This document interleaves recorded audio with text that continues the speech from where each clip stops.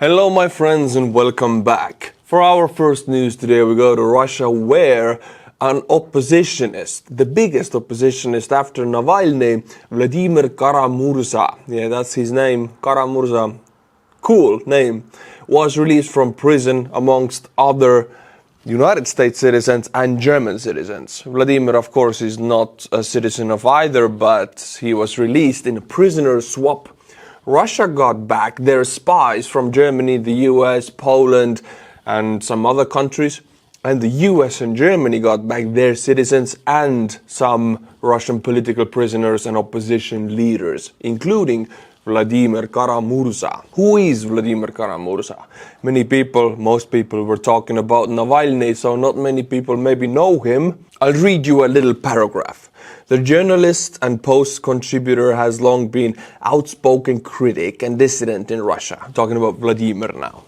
Repeatedly condemning Russian war in Ukraine, calling for sanctions against Moscow and accusing Russian President Vladimir Putin of running a murderous dictatorship. So a very brave dude, because in Russia, well, you know you're going to prison for it, but he was still verbally and publicly outspoken against Putin, against the regime and against the war in Ukraine.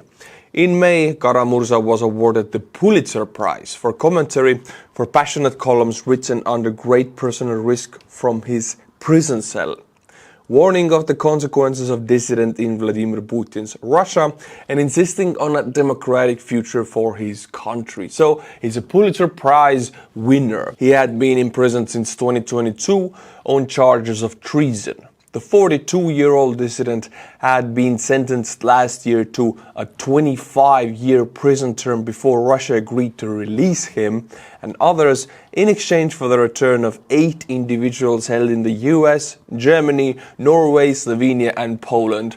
And most of the people that Russia gets back were either spying for Russia and imprisoned in the West, or full-out international criminals declared wanted and then caught in the West. And this is Putin's goons, of course. Now we're gonna watch a video straight from the White House where they speak to Vladimir, who is right now, right at this moment, boarding a plane and flying to the US. Hello, hello. Dad? Katyushka, yes, hi. This is, I'm guessing, Vladimir's daughter and wife? Hi, little one. Hi, Dad. It's good to hear you.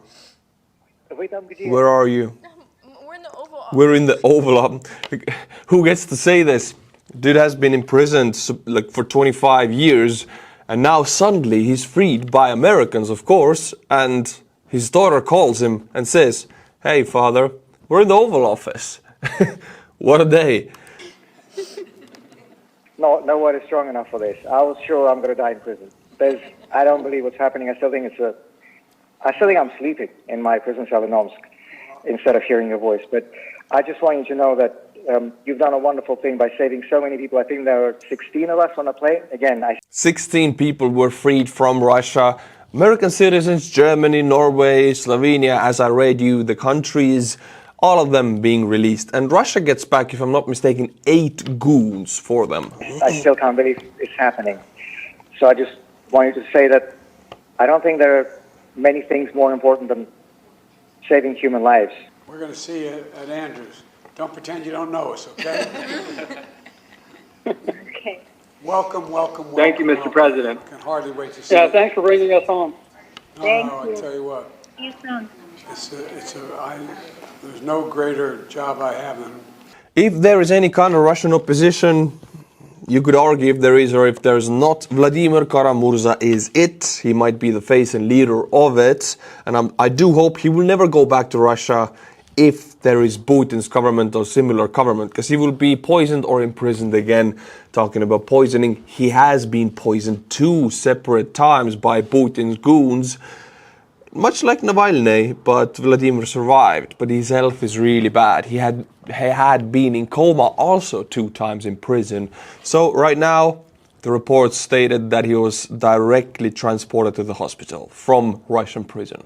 So here you can see the full list of people who have been released. Russia gives Evan, Volodymyr, Lilia, Ilyu, Ksenia, Andrea, Paul, Alsa, Oleg, Sasha, Dieter, Kevin, Rico, Patrick, Herman, Vadima. I apologize, I butchered their names non-intentionally here, but this is who Russia gets in exchange for journalists, human rights activists and opposition activists, former United States Marine.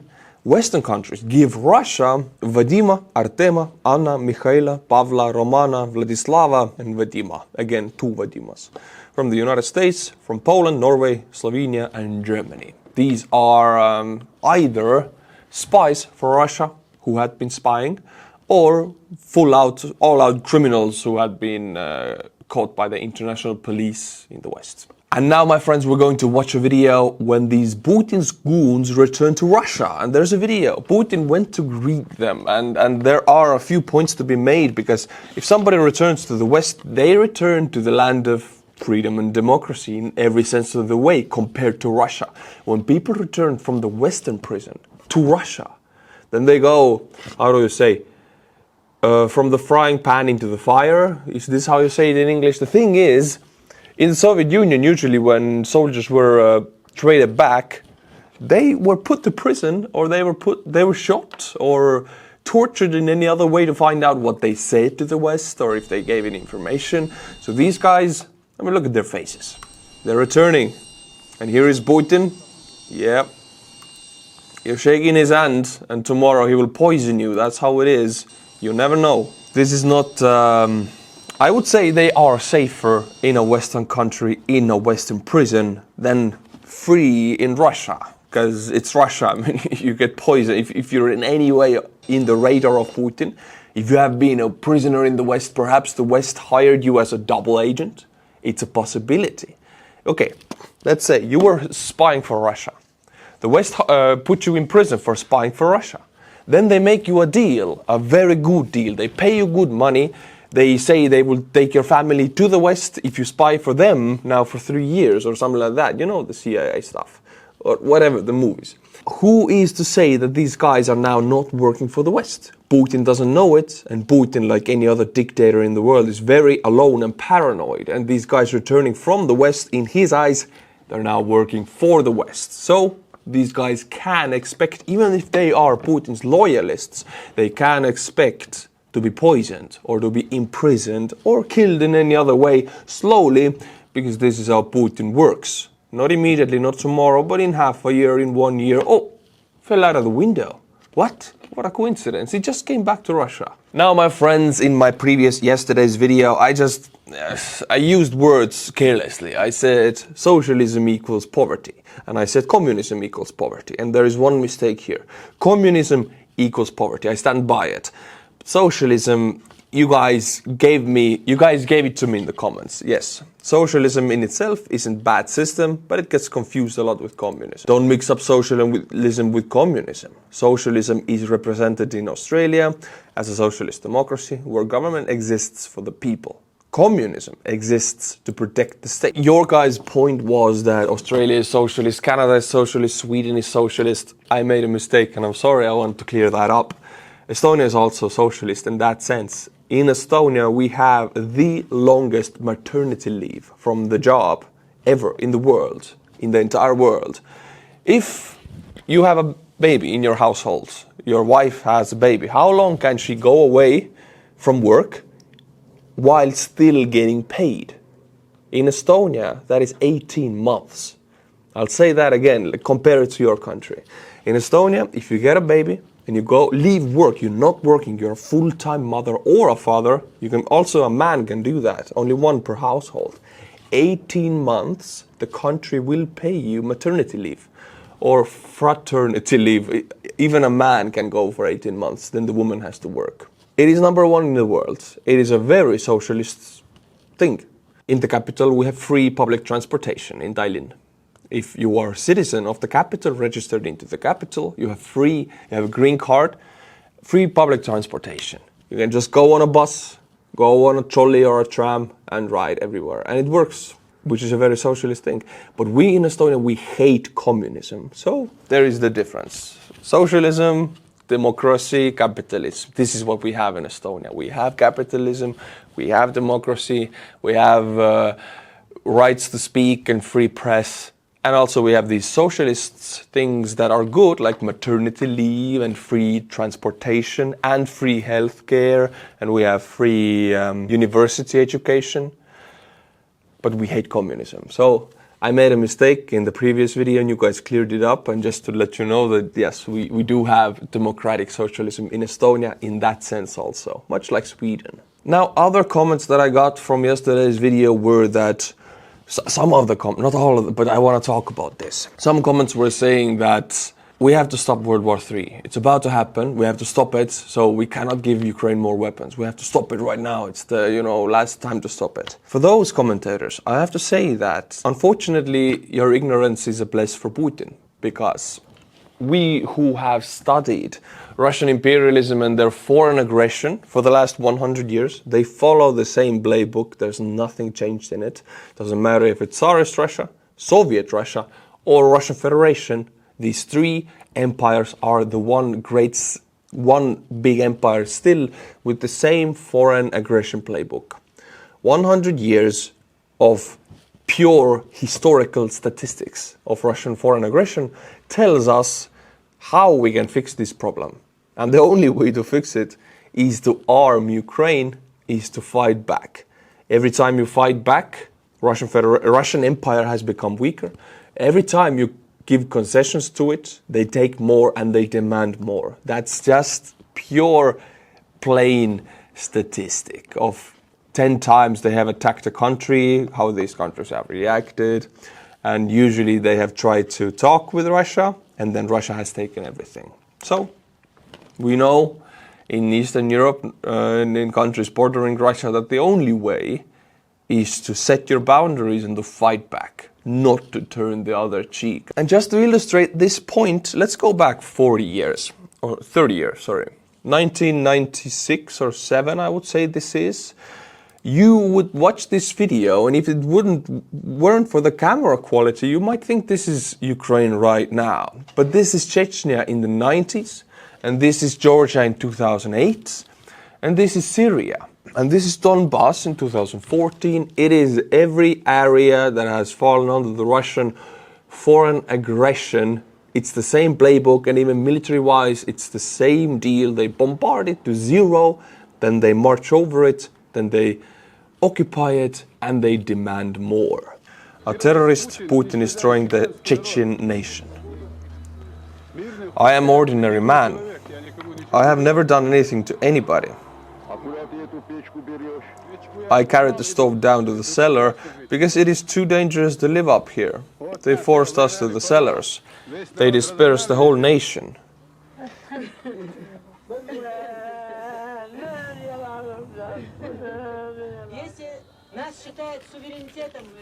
If they consider us to be part of Russia, why do they bomb us? I don't understand it.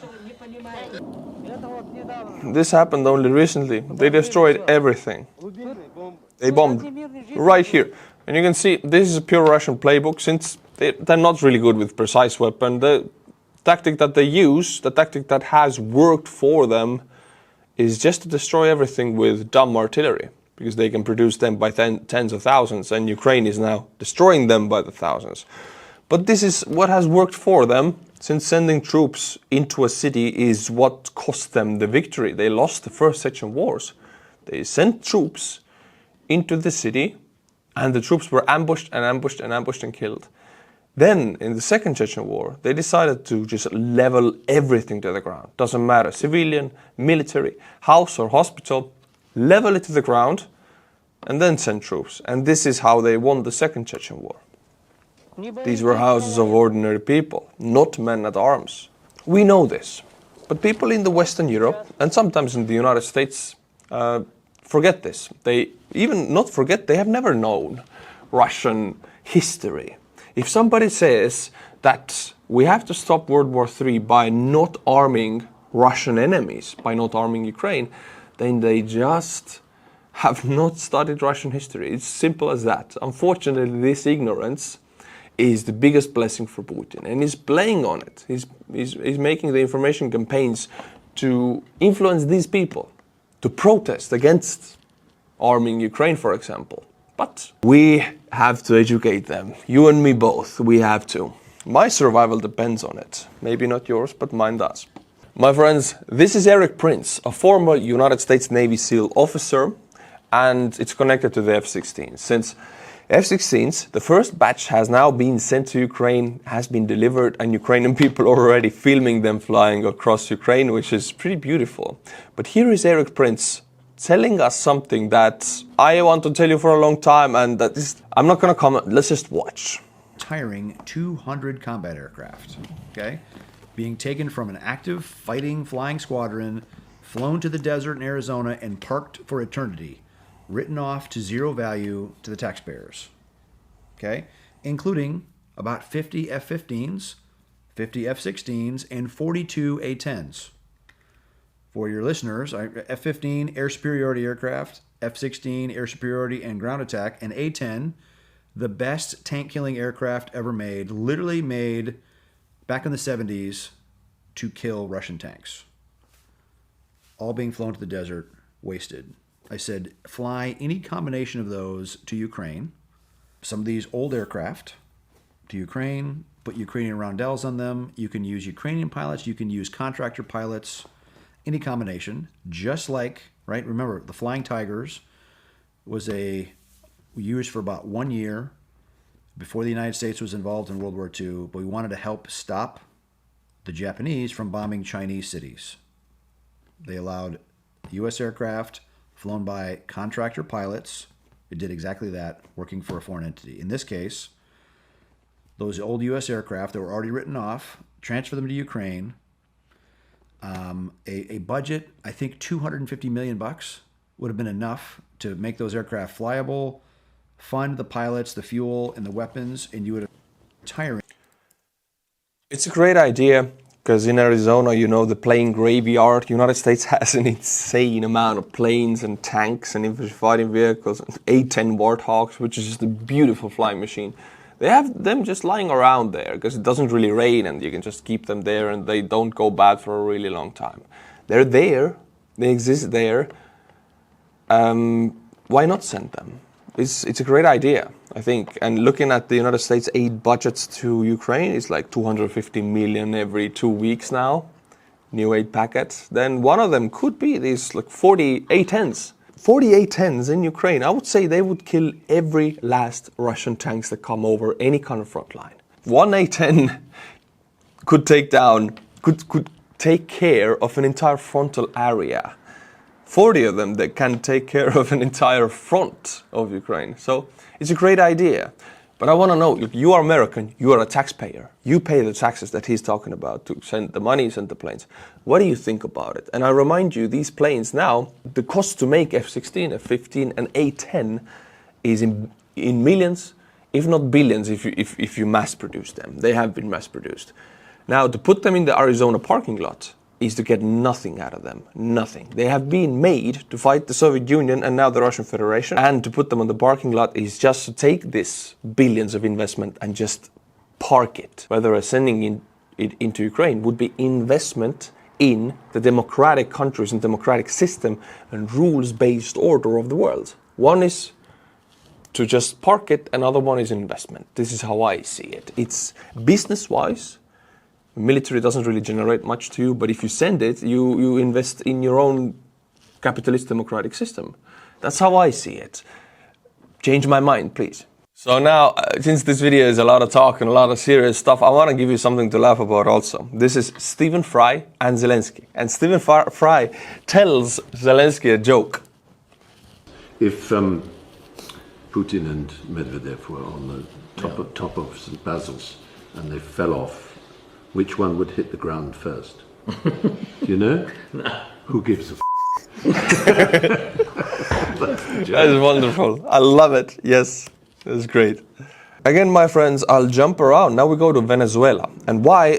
Because this war, in my eyes, it's not only war in Ukraine, it is the war of two systems, much like it was the Second World War and then the Cold War. It's war of two systems that doesn't know any boundaries. It is where the free democratic rules-based order meets the fascist or communist or dictatorships, which is Iran, Russia, China, North Korea, it was Venezuela, it's Syria, where these countries are fighting against the rules-based order of the West, democratic, capitalist, rules-based order.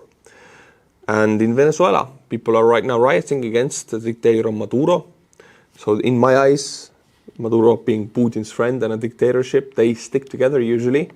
Then this is the same conflict. This is why I'm covering it. Also, Taiwan-China is the same conflict. It is, again, United States, a rules-based order, versus the global South. If you might think that I should only cover the war in Ukraine, then in my eyes it's much wider. There is not only the war in Ukraine. This is one big war fought between two sides, two different systems of combination of countries, and we cannot limit it. It's not possible anymore to limit it to Ukraine. So we go to Venezuela. The United States Biden administration officially recognizes the opposition's victory in Venezuela. So the United States officially recognizes that Maduro did not win the election. We congratulate Edmundo González Urrutia on his successful campaign. Now is the time for Venezuelan parties to begin discussions on a respectful, peaceful transition in accordance with Venezuelan electoral law and the wishes of the Venezuelan people. And on this video, my friends, we can see the Venezuelan Maduro controlled and paid riot police with Russian Wagner Group. Again, how could anyone say that this war is not connected to Ukraine when Wagner Group is in Venezuela training Maduro's riot police to be more ruthless and effective in oppressing the opposition? This is Russian playbook. This is Vladimir Putin exporting violence, exporting his way of thinking in the mafia state. And it's way out of Ukraine. It's the same war on the streets of Venezuela. And we can see it on this video. ¿Qué tal acaba de llegar esto?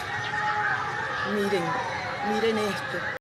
Now, my friends, we'll jump around again. It's like jumping around the world. We jump to a basement in Staromayorsk, which is a frontline city in Ukraine, and we jump to a Russian soldier's camera, point of view. What is going around in that basement? Why are they there? It really outlines the situation of the Russian troops and why phones were banned by Russian law on the front, because they don't want this information put out. Yeah, we've been sitting here for a long time. We're like locals now. Basement dwellers. What about you, Mexico? What you got to say? Who's to tell? It's a war. You don't have that in Mexico. He's a Mexican volunteer fighting for Russia. We managed to get in, but we can't get out, talking about the basement. Well, that concludes this video. Report from the basement. Where are we? Staromayorsk.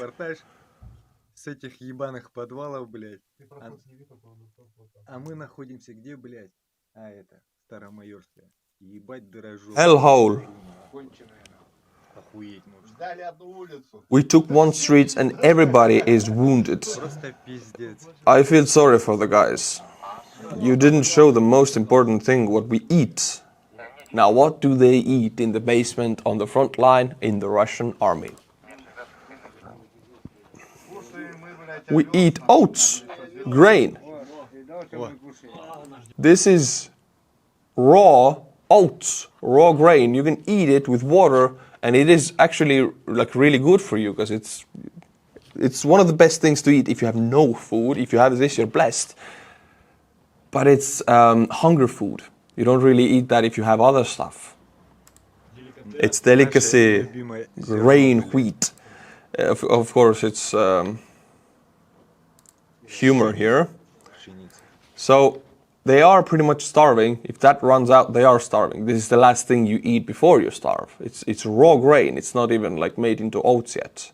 Look at this photo, my friends. As I said, at the end of every video, I'll show you little bits and pieces of my honeymoon in Ukraine. And this is where we gave away the cars, the Ukrainian Motherland Monument. Of course, there is a random Ukrainian tank here, and my truck, which I gave away with the tanks. but I climbed the monument and I want to show you. Now inside the building there was this huge hallway with still the SSSR, the Soviet star, lining the ceiling, because it's like a cultural thing and they don't want to destroy all of the Soviet past. If it's actually very well built and it can be like a part of a museum, they'll keep it. It's like a museum of the past. Now I climbed it and let me tell you, it was scary. It was not a regular climb in the West. It's not European Union. They don't have these safety standards. You climb inside here through the arm and on behind the shield. That's where you come out. And it was so narrow, so scary. It was so high up. My hands were shaking. We were going together with my wife. At the halfway, she started crying. She couldn't go anymore. It was so scary. She went back down. I went back. I went up. And I was shaking all across, and now I'm up here. Look at this. Hello my friends, I'm right now on top of Kyiv, literally, because I'm on top of the Ukrainian motherland monument, on top of the hands. You can see the manicure right here. It's so high up. My girlfriend, my wife actually couldn't climb. We bought the tickets and she had to go back halfway because it's so damn scary. It's so narrow. Up here you can see the whole city. It is beautiful. Slow green. It was beautiful there, but it was insanely scary for me. I don't want to do that again. And now, my friends, my favorite part of the video, and I know yours too. We're gonna butcher some Buy Me a Coffee names. After yesterday's video, we got 2 new members, but I will dig up some old members to fill up the gaps. We don't have that many right now. Benjamin Merrill, Jeffrey Miller, Hugh Harris, Donald Demers, Erik Husen, US Army vet, hardcore Ukrainian Defense Forces supporter. Tate Abel, Howard Kolterman, Ratto Doctor. These are monthly supporters of this channel, monthly members on Buy Me a Coffee. I'm really thankful for you. You give me security. You gave me security to go on a honeymoon in Ukraine and not worry about work for 1 entire month. Thank you, my friends. I really appreciate you. And now I'm back to make videos for you again. I'll see you on Monday. But until then, Slava Ukraini and bye-bye.